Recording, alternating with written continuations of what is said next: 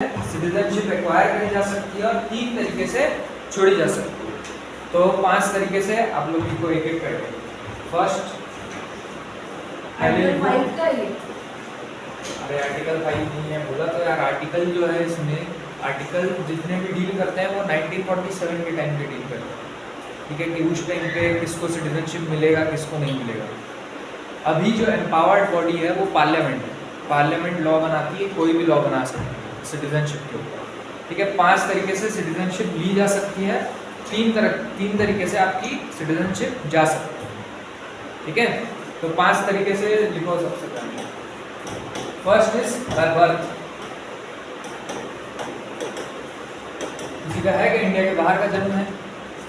नहीं है, ठीक है। तो इंडिया के अंदर आप जन्म लिए हो तो आपका सिटीजनशिप अपने आप इंडिया का लेने के लिए आप लोग एलिजिबल हो, ठीक है, by birth. Second by descent.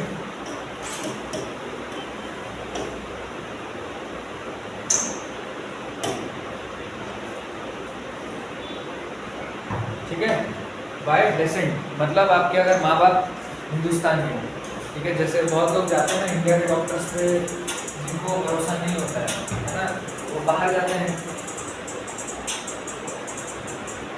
Right. वो लोग कहाँ जाते हैं? बाहर जाते हैं। तो लेकिन उनके माँ बाप तो क्या है? इंडिया के हैं। अगर वो बाहर भी पैदा होते हैं लेकिन उनके माँ बाप क्या हैं? इंडिया के हैं, तो भी उनको सिटीजनशिप मिल जाएगी। Third by naturalisation.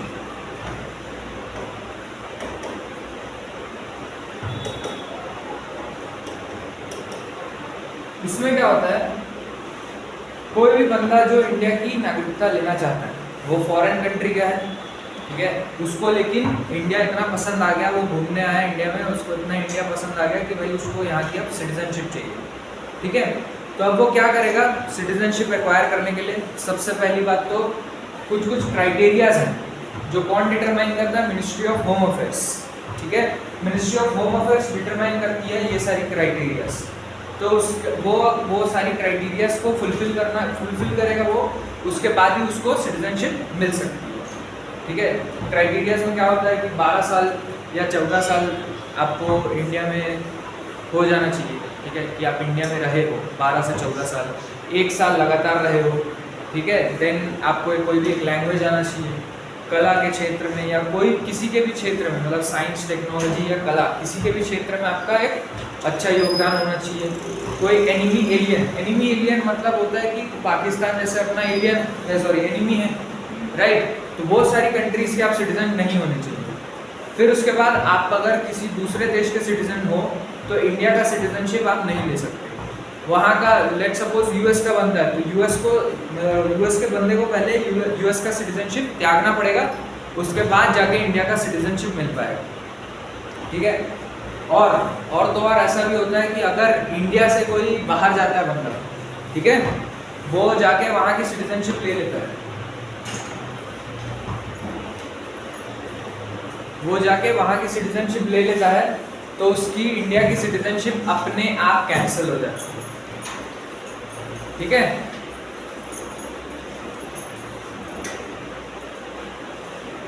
अगर कोई बिना बताए कहीं और का सिटीजनशिप ले लेगा तो भी पता चल रहा है? तो कैसे नहीं पता चलेगा? एम्बेसडर्स आप इधर से गए हो वहाँ पे, यहाँ पे वीज़ा लगा के गए हो ना, इंडिया ही तो आपको वीज़ा देगा, उसके बाद ही ना आप वहाँ गए हो। और एम्बेसडर के पास पूरा आपका कच्चा चिट्ठा रहता है।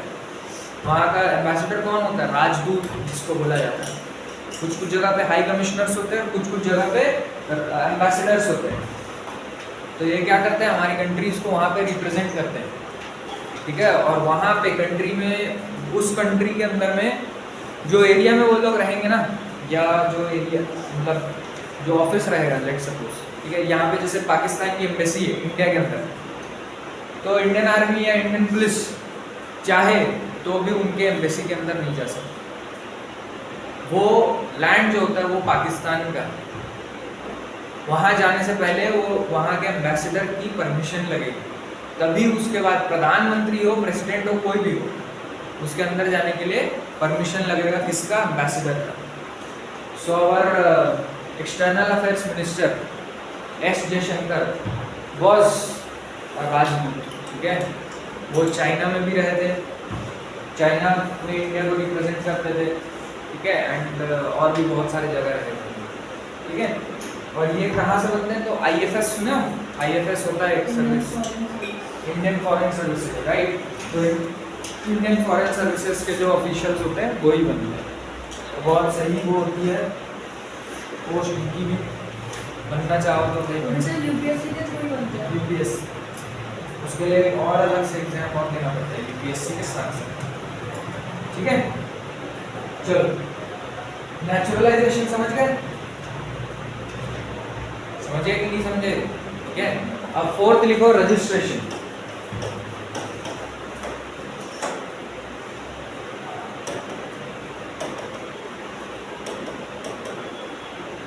अब लेट सपोज कोई है, ठीक है, जिसकी मैरिज हो गई, ठीक है, मैरिज हो गई है, जैसे अब वो क्या बोलते हैं अपना सोनिया गांधी है ना, वो कहाँ की थी, इटली की थी, लेकिन उनकी शादी इधर पे हुई, ठीक है।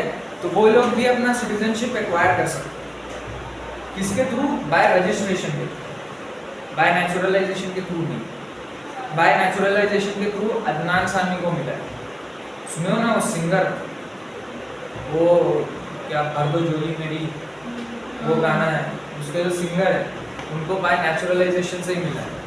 वो एक ही इकलौते ऐसे हैं वो है जो पाकिस्तान के थे और उन्होंने इंडिया की सिटीजनशिप एक्वायर की, ठीक है। एनिमी एलियन थे, फिर भी क्या है, होम मिनिस्ट्री डिसाइड करती है, ठीक है। आपका एप्लीकेशन जाएगा, होम मिनिस्ट्री डिसाइड करेगी, आपको मतलब होम मिनिस्ट्री को ठीक लगेगा तो आपको फिर वो बाय नेचुरलाइजेशन से दे देगी। बाय रजिस्ट्रेशन से भी सेम, होम मिनिस्ट्री के पास जाएगा, उसके बाद ही आपको मिल पाएगा। लेकिन बाय रजिस्ट्रेशन किस किस केस में होता है, जैसे मैरिज हुआ, ठीक है, या फिर कोई इंडियन सिटीजन रह चुके हैं पहले, ठीक है। अब वो लेट सपोज कोई इधर से गया कनाडा, ठीक है, कनाडा पसंद आ गया, वहाँ का सिटीजनशिप लिया, लेकिन 4-5 साल में ऐसा लगा नहीं अपने देश जैसा कुछ नहीं, वापस आया, ठीक है। तो वो पहले रह चुका है इंडिया का सिटीजन, वो इंडियन डेसेंट का ही है, तो वो फिर से ले सकता है, बट किसके थ्रू, अब रजिस्ट्रेशन के थ्रू। नेचुरलाइजेशन का प्रोसेस नहीं, नेचुरलाइजेशन का प्रोसेस थोड़ा लंबा चौड़ा होता है, ठीक है। तो रजिस्ट्रेशन में यही होता है 5 साल 7 साल के आसपास ऐसी कुछ वेट करना पड़ता है, और नेचुरलाइजेशन में थोड़ा ज़्यादा टाइम का आपका स्टे होना चाहिए इंडिया में, समझ गए। फिफ्थ होता है bye incorporation of any territory.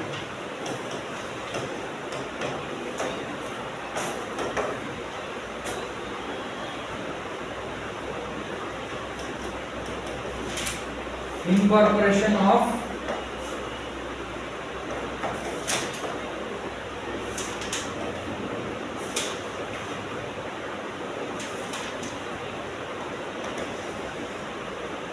Incorporation of any territory, कि कोई अगर टेरिटरी इंडिया एक्वायर करती है, जैसे इंडिया ने सिक्किम को एक्वायर किया था, है ना, तो इंडिया वो एक्वायर कर ली, तो वहाँ के जो सिटीजन रहेंगे उनको अपने आप सिटीजनशिप मिल जाएगी, राइट। सिक्किम जैसे एक्वायर हुआ इंडिया के अंदर में, तो उनको भी तो अपने आप मिल जाएगा ना भाई सिटीजनशिप, उन लोगों को थोड़ी रजिस्ट्रेशन या नेचुरलाइजेशन के प्रोसेस से गुजरना पड़ेगा, है ना।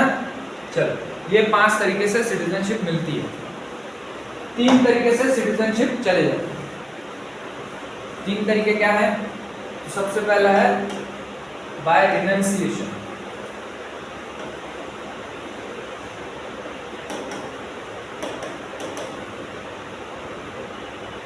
सेकेंड रिनंसिएशन का मतलब होता है वॉलंटरली त्याग, वॉलंटरली गिव अप, ठीक है, खुद से ही मैं सिटीजनशिप छोड़ देगा, तब फिर सिटीजनशिप चले जाएगा। सेकेंड होता है termination,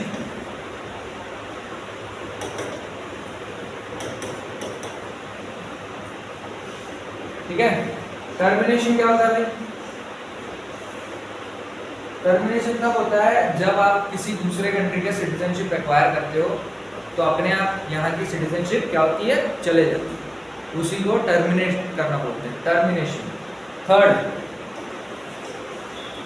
third is deprivation,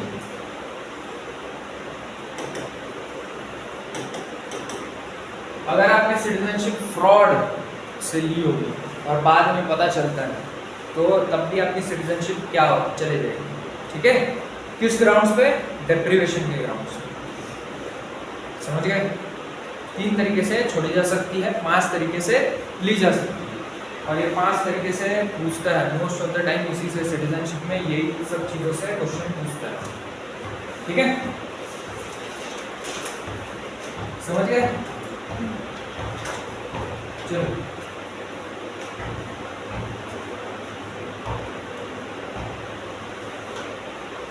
note में लिखो एक बार, article 15, 16, 19, 29 and 30। Article 15, 16, 19, 29 and 30 are only available for the citizen of India. Article 15 क्या है? Prohibition of discrimination. Article 16 equal opportunity in the matter of public employment, ठीक है। 15, 16, 19 freedom of speech and expression. तो भाई फॉरेन के बंदे को speech and expression देके क्या मतलब, राइट? उसके पास थोड़ी वो है भाई आके यहाँ भड़का रहा है, उसके बाद फिर ऐसे तो नहीं हो सकता, राइट? तो उनके पास ये नहीं होती, डिस्क्रिमिनेशन के अगेंस्ट तो उनके पास कोई राइट नहीं है। और दूसरा फिर equal opportunity in the matter of public employment.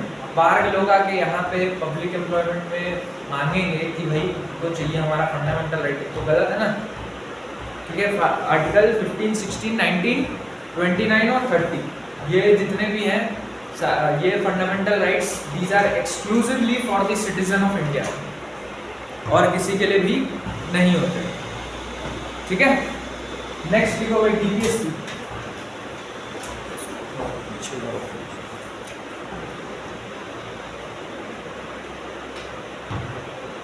चलो नेक्स्ट लिखो डीपीएसपी।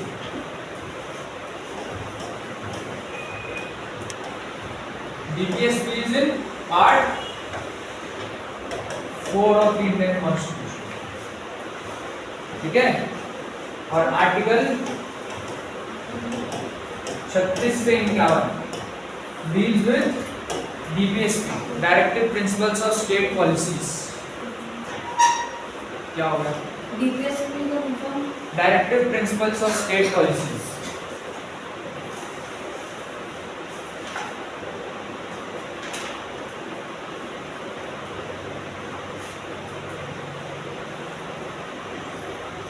ठीक है, ये कहाँ पे मेंशन्ड है? Part 4 of the Indian constitution. तो आर्टिकल 36 में वो ये अगेंस्ट स्टेट का डेफिनेशन है जो कि हम लोग लिखे थे आर्टिकल 12 में भी, फंडामेंटल राइट्स में देखे थे, याद होगा तो। लिखा हुआ होगा, रिवीजन नहीं कर रहे हो, कहाँ से याद होगा? टाइम ही नहीं मिल रहा है, क्या करते रहते हो? बाकी टाइम डांस करते हैं और फिर टेस्ट करते हैं। यार ये एनुअल फंक्शन हर साल होता है रोज में? अच्छा 4-5 साल में एक बार होना चाहिए था, तब तो थोड़ा ठीक लगेगा। मेरे स्कूल में तो 4 साल में एक बार ही होता। कौन से स्कूल में थे? ज्ञान में एजुकेशनल अकेडमी। ठीक है।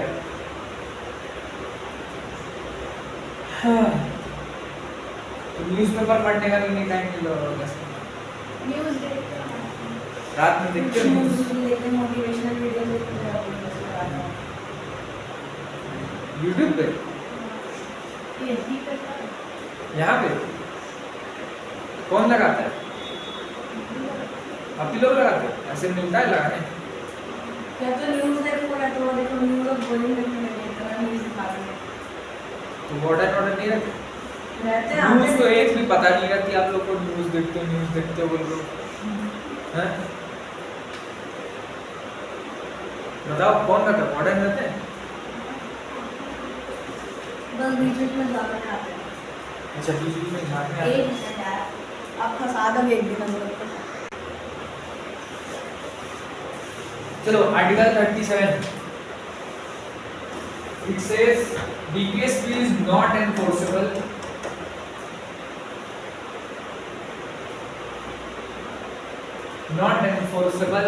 by law, ठीक है।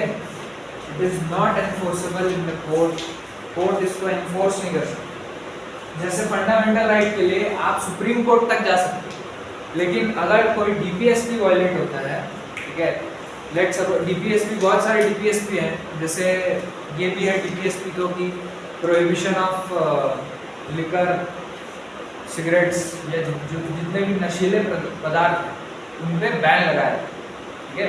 ये क्या है, सिर्फ डायरेक्शन है।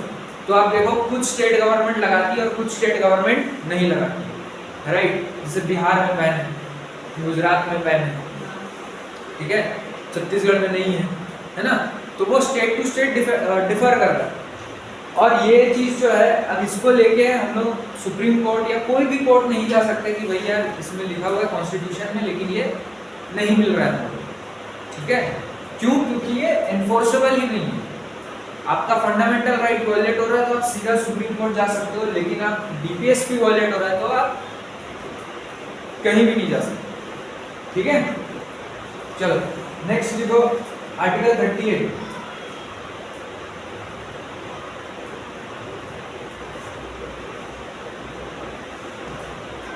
To secure a social order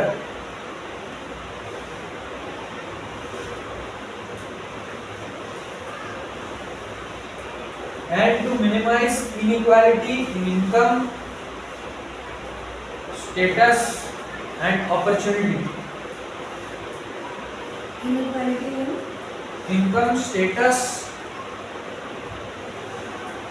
facilities and opportunities.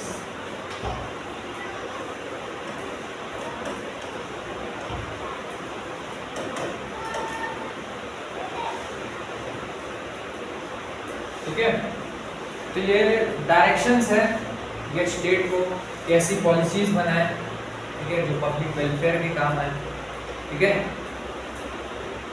Establish करने का कोशिश करे भाई, social justice, economic justice, political justice, हमको देखे थे ना प्रीएम्बल में, तो वही सारे जस्टिस एस्टैब्लिश करने का कोशिश करें।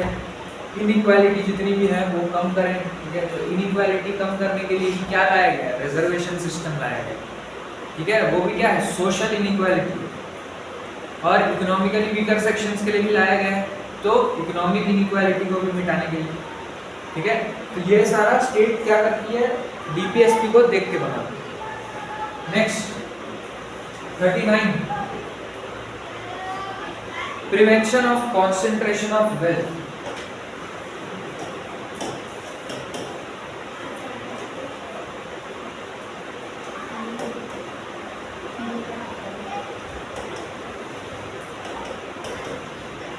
कॉन्सेंट्रेशन ऑफ वेल्थ, ठीक है। वेल्थ को कॉन्सेंट्रेट करने से रोको, है ना। अमीर को और अमीर नहीं बनाना है, गरीब को और गरीब नहीं बनाना है, लेकिन यही करते हैं, है कि नहीं? करते हैं कि नहीं? नीचे एक और नहीं था ना, ऐसा कुछ एक और ना था ना? हाँ, वो प्रीएम्बल में ना, प्रीएम्बल क्या है? सोच बताती है, ठीक है। तो वो तो एक आईडी कार्ड हो गया, वो तो इंट्रोडक्शन जैसा हो गया, तो उसी का विस्तार करेगा और क्या करेगा, राइट।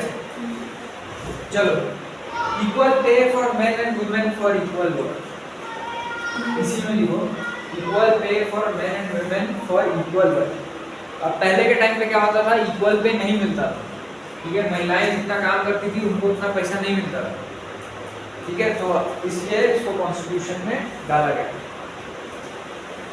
नेक्स्ट लिखो 39A।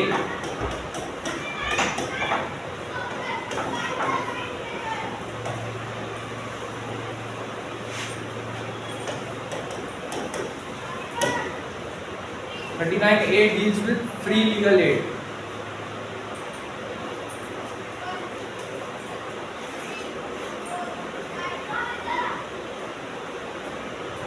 And equal opportunity for justice, ठीक है।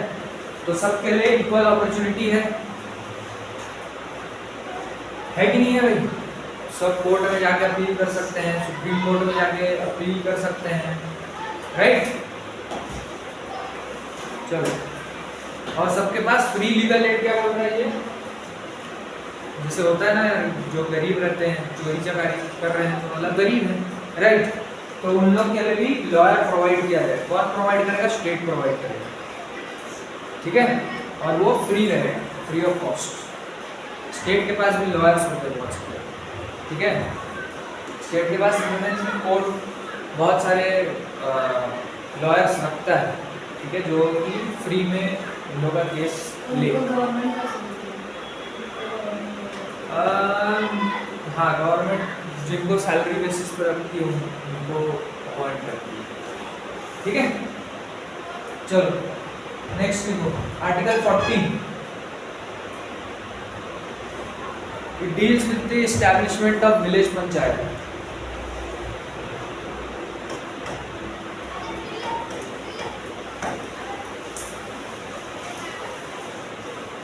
पहले डीपीएसपी का पार्ट है, इसीलिए हर जगह पे पंचायत नहीं हुआ करती। बाद में जाके इसको एक परमानेंट पार्ट दे दिया गया हम लोग के कॉन्स्टिट्यूशन के अंदर में, ठीक है। पंचायत, म्यूनिसिपैलिटी, ये सब बाद में जाके ये परमानेंट पार्ट हो, ठीक है, किसका, कॉन्स्टिट्यूशन का। पहले क्या थे, एनफोर्सेबल नहीं थे। डीपीएसपी पार्ट में क्या है, एनफोर्सेबल नहीं है, ठीक है। तो पहले चाहे तो रख सकते थे, नहीं चाहे तो नहीं रख सकते थे।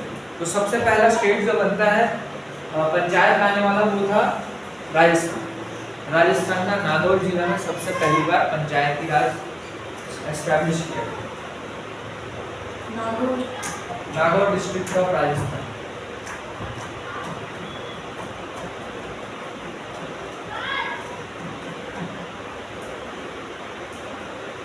चलो article 41 deals with under certain conditions, ठीक है, पब्लिक असिस्टेंस प्रोवाइड की। डील्स में मतलब कुछ कंडीशंस के अंदर, जैसे ओल्ड एज है, सिकनेस है, ये सब होता है ना। अब जैसे एयरपोर्ट वगैरह में क्या होता है, स्ट्रेचर वो क्या व्हील चेयर प्रोवाइड करते हैं, ठीक है। तो ये सारी क्या है, पब्लिक असिस्टेंस, तो ये प्रोवाइड की जाए अंडर सर्टेन कंडीशंस। कब तक, ओल्ड एज रहे, डिसेबिलिटी रहे, ठीक है, डिसेबिलिटी वालों के लिए अलग से सुविधा रहनी चाहिए, ठीक है। तो ये सर्टेन कंडीशंस के अंदर। Secure citizens right to work, इसमें and secure assistance, sorry secure right to work as well. 41 हो गया। नेक्स्ट देखो 42 make provisions for just humane conditions.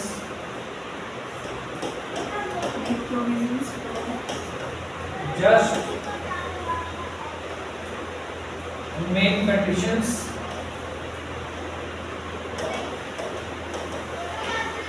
And maternity leave.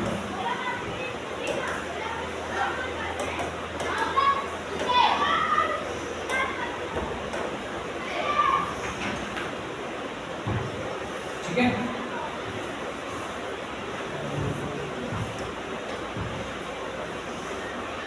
तो जस्ट ह्यूमन कंडीशंस मतलब जैसे हजार्डियस सिचुएशंस रहती है।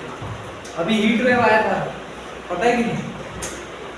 हीट वेव कब होता है? हीट वेव का कंडीशन होता है, पर्टिकुलर कंडीशन होता है जिस केस में हीट वेव होता है।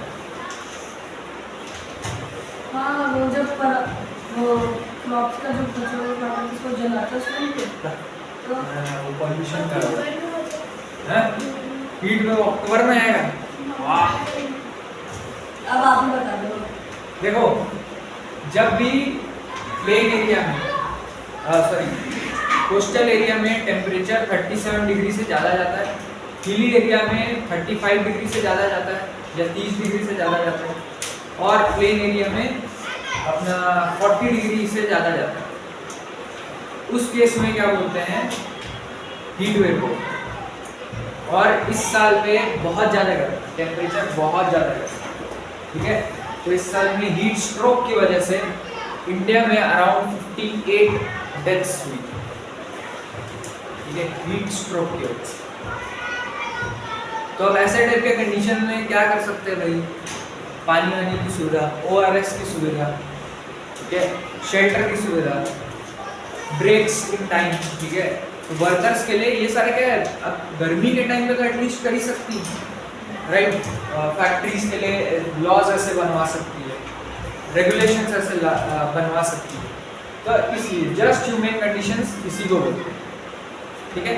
नेक्स्ट होता है मैटरनिटी रिलीफ। मैटरनिटी रिलीफ मतलब बताओ, प्रेगनेंसी, ठीक है। चलो नेक्स्ट लिखो 43,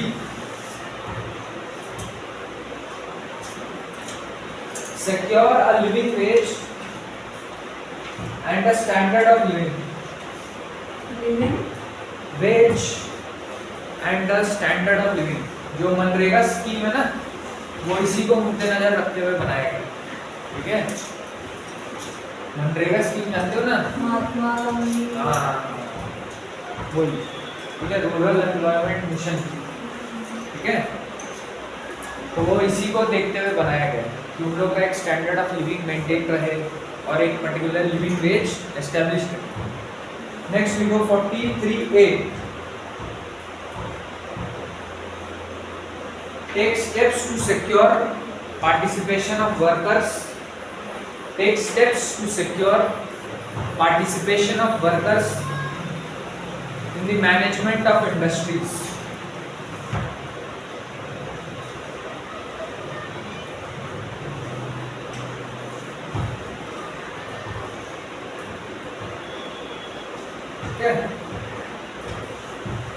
और कुछ नहीं है, वर्कर्स जो लेबर्स होते हैं, ठीक है, उनका मैनेजमेंट लेवल पे थोड़ा हाथ होना चाहिए।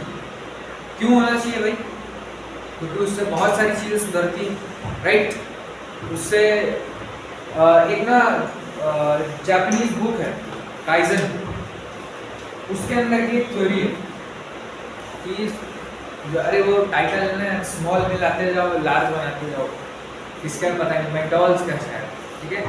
तो जो वो थ्योरी ये बोलती है कि छोटी छोटी जितनी भी छोटी छोटी चीज़ इंक्रीमेंट होती है ना, उसी से वही बड़ा चेंज लाती है। आपके वर्कर्स जो भी एडवाइस दे, छोटे से छोटा एडवाइस भी दे, तो उसको भी आपको कंसिडर करना चाहिए अगर वो अच्छा है। बट आज के डेट में ऐसा होता नहीं है, राइट। बॉस रहेगा वो अपनी चलाएगा। एक गुड लीडर क्या करता है? सबकी बातें मानता है, सबकी बातों को कंसिडर करता है, एटलीस्ट सुनता तो है। आजकल के बॉस तो सुनते तक नहीं, ठीक है। तो उन्हीं का पार्टिसिपेशन बढ़ाने के लिए बोले। नेक्स्ट 43B, कोऑपरेटिव सोसाइटी से डील करता है।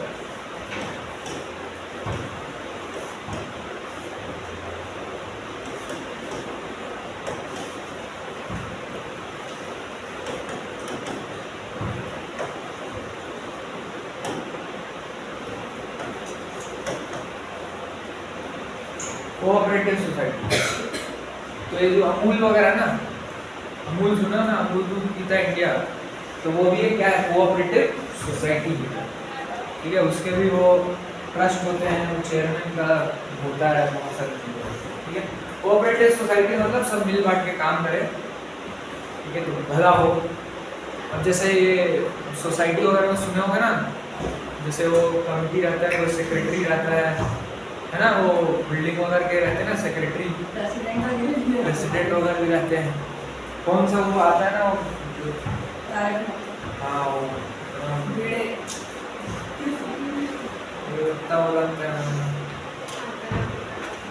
कौन कौन दिखता था? देखते थे, दिखते थे। दया चलेगी उसमें सब मजा नहीं आता, कैरेक्टर चेंज करके बहुत अच्छा देखना ही नहीं, क्या करोगे सर, देख के क्या तुम दिमाग खराब होगा। मेरे रूममेट रहते थे एक, तो हर टाइम खाने के टाइम पे चला लेते थे हम लोग। मैं सुन के पागल हो गया। अभी हॉस्टल में, हाँ अभी हॉस्टल में मैं तो हॉस्टल में रहा हूँ, पीजी में रहा हूँ। हम लोग का तो अलग ही वो था भाई। हम लोग के कॉलेज में क्या हुआ था, हॉस्टल था सबसे फर्स्ट ईयर में। फिर उसके बाद कॉलेज क्या हुआ, कुछ डिस्प्यूट हो गया था बिल्डिंग वाले से। उसके बाद फिर ना वहाँ पे सिर्फ और सिर्फ विलास, ठीक है। रुको मैं आप लोगों को ना मेरे उसका वीडियो बंद कर। हाँ 44 लिखो, 44 43 हो गया ना। 44 यूनिफॉर्म सिविल कोड इंपॉर्टेंट है, पूछ सकता है, ठीक है। Article 44 deals with uniform civil code. Uniform civil code क्या है? कोड है, कोड। सबके लिए सामान्य कानून। उसको ये लास्ट में से वो कोड है कि कोड है? कोड, कोड, CODE, कोड, ठीक है। सबके लिए सामान्य कानून। अब क्या होता है ना कि जैसे हिंदू अनडिवाइडेड फैमिली है, उसके HUF के ना अलग प्रोविजंस होते हैं, ठीक है। बहुत सारे जैसे जॉइंट फैमिलीज में रहते हैं, ठीक है। हिंदूज अभी भी बहुत सारे लोग जॉइंट फैमिली में रहते हैं, मेरी खुद की जॉइंट फैमिली, ठीक है। तो जैसे बहुत सारे बिजनेसेस होते हैं जो हिंदू अनडिवाइडेड फैमिली के रहते हैं, तो HUF के अलग प्रोविजंस होते हैं। वैसे ही मुस्लिम्स में क्या होता है, अलग कुछ लॉज होते हैं, राइट। तो उस कारण से क्या है, सबके लिए अलग अलग कुछ ना कुछ प्रोविजंस ऐसा बनाया गया है। मैरिज एक्ट अलग है, ठीक है, मुस्लिम मैरिज एक्ट अलग है, हिंदू मैरिज एक्ट अलग है। तो ये जो सिविल वाले जितने भी लॉज है ना, उनको एक करने को बोला गया। क्रिमिनल लॉज तो सबके लिए एक, बट ये सिविल लॉज को भी एक रखने के लिए बोला है, इसीलिए इसका नाम है यूनिफॉर्म सिविल कोड, ठीक है। ये अभी उत्तराखंड में आया था, ठीक है, और इसको हटाने की बहुत ज़्यादा मांग की गई है, बट फिर भी पूरे देश में लागू हो जाएगा, हो ही गया, ठीक है। चलो नेक्स्ट देखो 45 provision for free and compulsory education.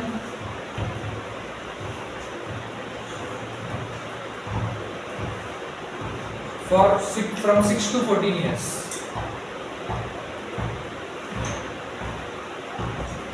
Next, Article 46.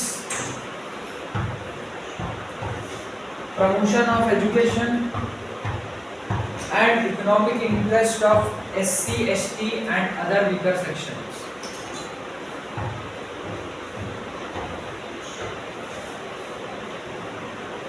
इसीलिए आया है रिजर्वेशन सिस्टम, ठीक है। इसीलिए उनका फीस भी नहीं लिया जाता। क्या चीज़ का फीस नहीं लिया जाता? एग्जाम का फॉर्म फीस होता है ना, वो भी SC, ST के लिए माफ है। अब भी नहीं रहते? 200 रुपये फीस है, ठीक है। जैसे इसका CDS NDA का भी शायद 200 रुपये का ही है, और CDS का तो 200 रुपये का फॉर्म रहता है जनरल वालों के लिए, SC, ST वालों के लिए फ्री। और OBC और पता नहीं यार, OBC का क्राइटेरिया अलग रहता है।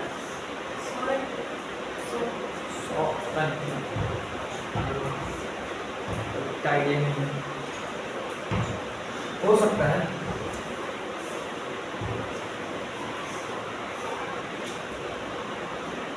चलो next week 47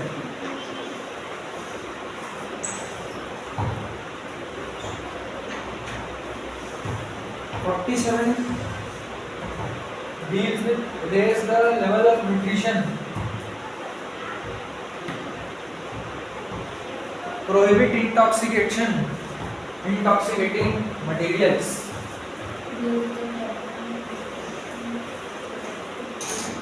prohibit intoxicating materials। अब क्या बना रहे हो, टाइम टेबल बना रहे हो क्या? पी के प्रैक्टिकल के लिए पी का कोई प्रैक्टिकल होता है क्या क्या है? पी प्रैक्टिकल में क्या क्या होता है? पल्स रेट चेक करेंगे, उसके बाद फिर मैम कुछ स्टेयर से अप डाउन कराएंगी, फिर पल्स रेट चेक करेंगी, इसको नोट डाउन करना है, फिर मेजरमेंट करना, फिर उसके बाद पता चलेगा टेबल उसमें क्या नॉर्मल वो हेल्थी वाला रहती है। तो मैं तो एबनॉर्मल आ गई थी भाई, तो सबसे एकदम मेरा पल्स रेट 92, मेरा 70 पर मिनट।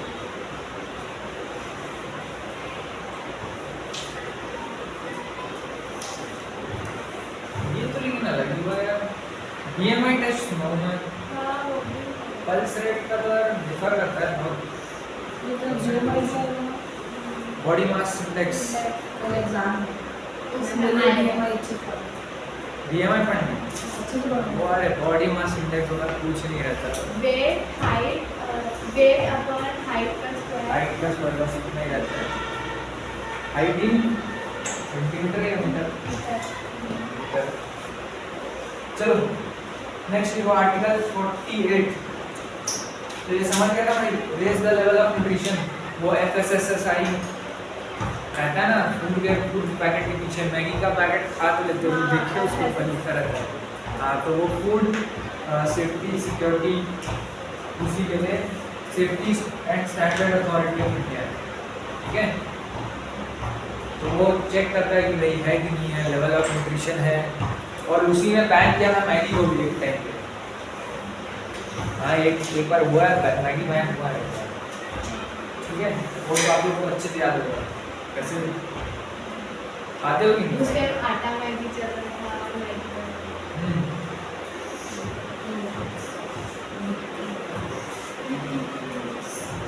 रामायण में भी खाते हो? एकदम गंदा लगता है, एकदम गंदा। क्या रामेन? हाँ। अच्छा। अरे अभी तो कोरियन नूडल्स बहुत चाहिए जो है ना, उसमें हर फ्लेवर है ना, चिकन का भी फ्लेवर है, उसमें टेस्ट भी है और वैसे एक नॉर्मल। मैं वेजिटेरियन हूँ। वेज में क्या है? वेज में क्या रखता है, ठीक है, पता चलेगा वेज क्या में रखता कुछ है। समझ ही नहीं आता है। चलो नेक्स्ट लिखो 48A, सॉरी 48 लिखे कि नहीं? क्या लिखे? FSSSI वाह, वो 47 के लिए मैं बताया था भाई, 48 लिखो। Organisation of agriculture and animal husbandry prevent slaughtering of milk cattle, prevent slaughtering of milk cattle, ठीक है। जितने भी दुधारू जानवर हैं, यानी बकरा, बकरी, गाय, बैल, भैंस, जितने भी दूध देते हैं, बैल भी देते हैं, नहीं, भैंस देती है ना, भैंस देती है गाय। भैंस का दूध महंगा होता है, हाँ? हाँ, गाय का दूध सस्ता होता है, बकरी का और बकरी का मिल्क होता है, कैमल का भी होता है, मैं एक बार कैमल का भी मिल्क होता है।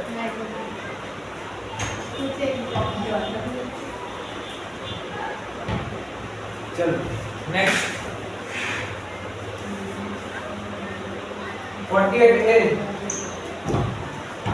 क्या हो गया भाई, क्या चीज कर 48 ए,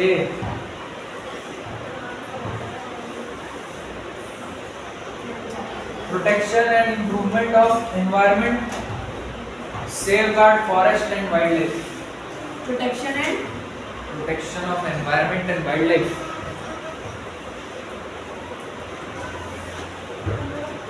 और उसको इम्प्रूव करना है। नेक्स्ट 49, प्रोटेक्शन ऑफ मॉन्यूमेंट्स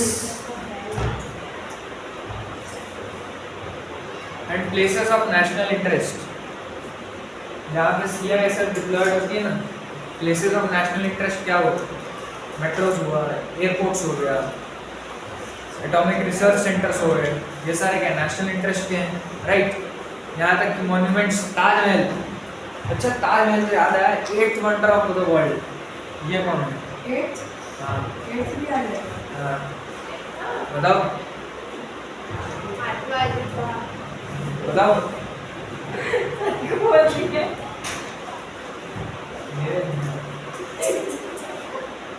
बताओ 8th wonder of the world, बहुत न्यूज़ देखते हो, हाँ? Anchor what temple, anchor what temple, anchor what temple है कंबोडिया में। मुझे सऊदी अरब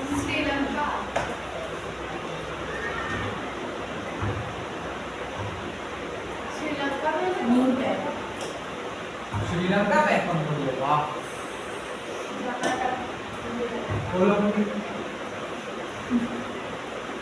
कोलंबो कहाँ है? कोलंबिया कहाँ है? कोलंबिया जानते हो कि नहीं? क्या है? हैं? नहीं पता यार, नहीं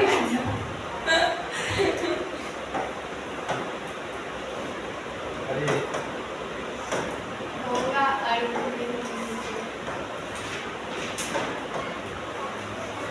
ओके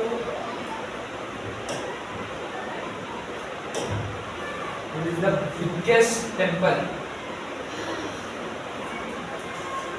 अभी बना है अभी 8 अजूबा अभी बना है ये तजुर्बा भी अभी बना है, बना तो बहुत पुराना है, ठीक है। It is the biggest temple, सबसे दुनिया का सबसे बड़ा टेम्पल इंडिया में नहीं है, कंबोडिया में है, ठीक है। Anchor what temple build by Suryavansh. जाओ भाई, इसको लाया जा रहा है।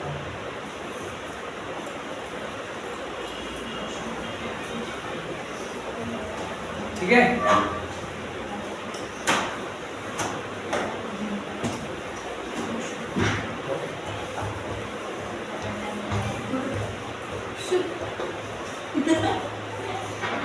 तो जो वॉर हुआ था ना हम लोग का पाकिस्तान के साथ, तो उस टाइम पे पूरा रस्सी और बांस से पूरा उसको ढक दिए थे, मंदिर ताजमहल। क्यों? छोड़ देंगे हाँ, वो बॉम्बार्डिंग ना कर दे, ठीक है, पाकिस्तान की एयरफोर्स। चलो नेक्स्ट लिखो भाई। 50 separation of judiciary from executive. Separation of judiciary from executive. तो भाई एग्जीक्यूटिव अपना इंडिपेंडेंट वर्क करती है, जुडिशरी अपना इंडिपेंडेंट वर्क करती है, ये दोनों कभी भी मिक्स नहीं होने चाहिए। Article 51 promotion of international peace and security.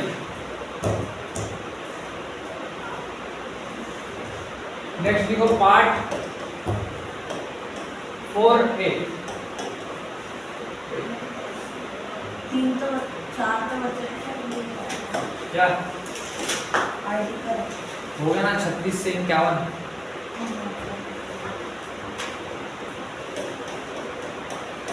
Part 4A deals with fundamental duties. It was added by 42nd Constitutional Amendment in 1976. ठीक है, और इसको ऐड किया था स्वर्ण सिंह।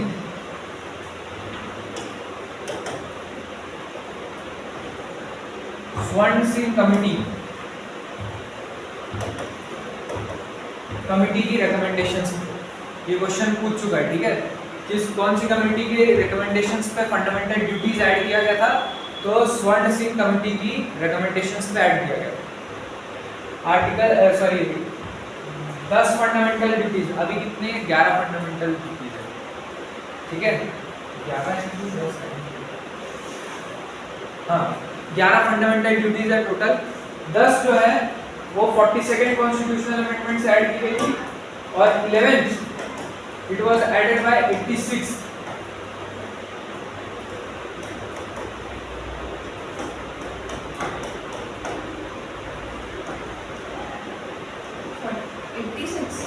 हाँ 86 से ऐड की गई, मतलब जो 11वें नंबर की है उसको 86 कॉन्स्टिट्यूशनल अमेंडमेंट एक्ट से ऐड किया गया, ठीक है। अब फंडामेंटल ड्यूटीज, आपके जो मूल अधिकार हैं, मूल कर्तव्य, वो क्या क्या हैं, आप लोग को नोट डाउन कर लें।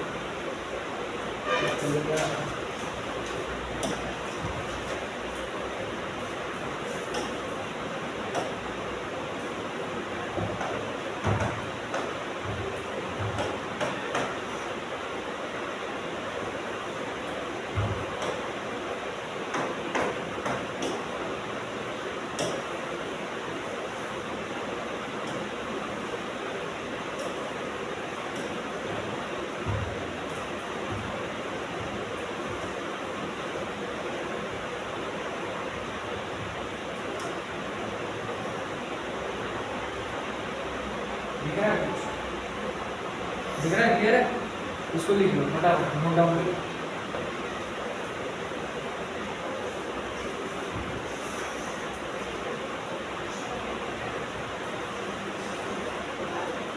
ये ABCD करके मेंशन है, ठीक है, कोई आर्टिकल में ऐसा मेंशन नहीं है।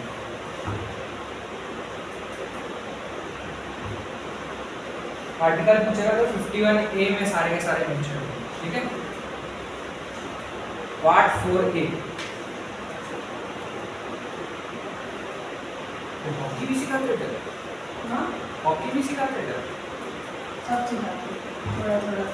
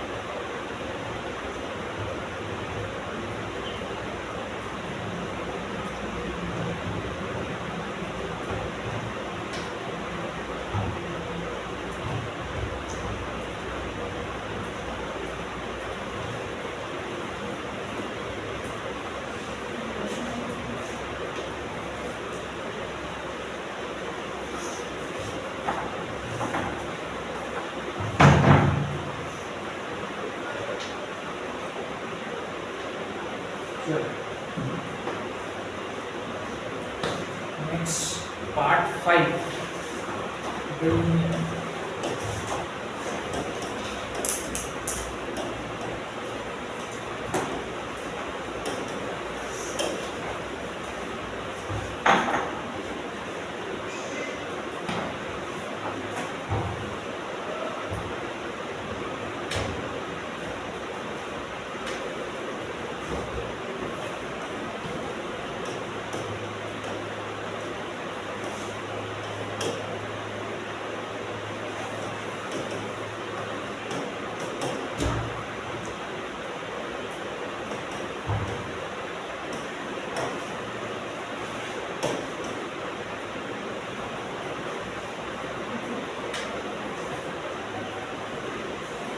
President. Article 52 deals with President of India.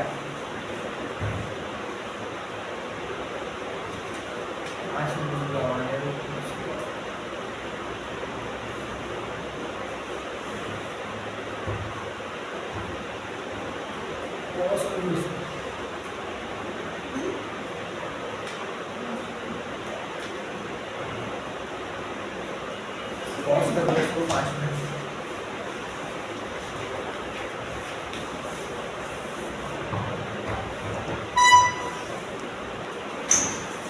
चलो, article 52 deals with president. Article 52 बोलता है there shall be a president of India, ठीक है। आर्टिकल 53 को executive powers,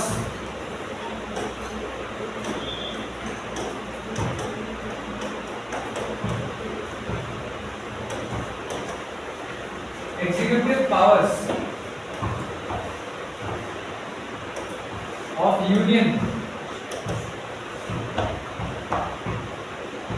shall be vested in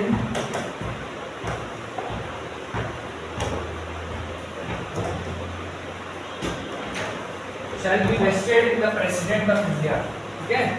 तो प्रेसिडेंट के हाथों में क्या है, एग्जीक्यूटिव पावर्स, किसकी, यूनियन गवर्नमेंट यानी कि सेंट्रल गवर्नमेंट।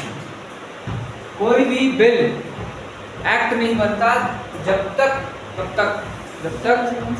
हाँ प्रेसिडेंट साइन नहीं करे, ठीक है। अच्छा, यूनियन एग्जीक्यूटिव के पार्ट कौन कौन होते हैं, प्रेसिडेंट होते हैं, प्राइम मिनिस्टर होते हैं, जितने काउंसिल ऑफ मिनिस्टर्स हैं वो सारे होते हैं, अटॉर्नी जनरल होते हैं। तो काउंसिल ऑफ मिनिस्टर के तो पार्ट होते हैं होम मिनिस्टर, ठीक है। अटॉर्नी जनरल ऑफ इंडिया कौन होते हैं, अटॉर्नी जनरल नहीं पता, advocate of for the union of India, advocate एक लौता। अटॉर्नी जनरल के बारे में भी हम लोग पढ़ेंगे जब आएगा उनका आर्टिकल, ठीक है। अभी executive powers of the union shall be vested in the president of India. तो जो प्रेसिडेंट और पीएम में डिफरेंस क्या होता है, तो president is de facto executive and president is D jury executive and prime minister is de facto, यानी कि एक्चुअल में पावर्स किसके पास है, प्राइम मिनिस्टर के पास, ठीक है। बट ऑन पेपर्स किसके पास है पावर्स, प्रेसिडेंट के पास, ठीक है। समझ लो राजा है लेकिन थोड़ा सा बंधा हुआ है, किसके, मंत्री हो गए डिसीजंस। पहले होता था ना राजा होता था, मंत्री लोग क्या चीज़ के लिए होते थे, उनके डिसीजन मेकिंग बॉडी वही रहते थे, है ना। तो वो लोग बनाते थे और उस हिसाब से राजा उनके एडवाइस मानना चाहता था तो ठीक है, नहीं तो नहीं, है ना। राजा उस टाइम पे अपने उसमें एक्ट करता था। लेकिन अभी क्या है, प्रेसिडेंट राजा जैसा ही है, पोस्ट तो पूरा बढ़िया राजा जैसा ही मिलता है, इज्जत भी पूरा राजा वाली मिलेगी, लेकिन बाउंड है किसके डिसीजंस पे, काउंसिल ऑफ मिनिस्टर्स के डिसीजन, ठीक है। चलो नेक्स्ट लिखो, हो गया क्या, चलो आज के लिए इतना काफी है। एकदम सही टाइम पर सोच के रखना,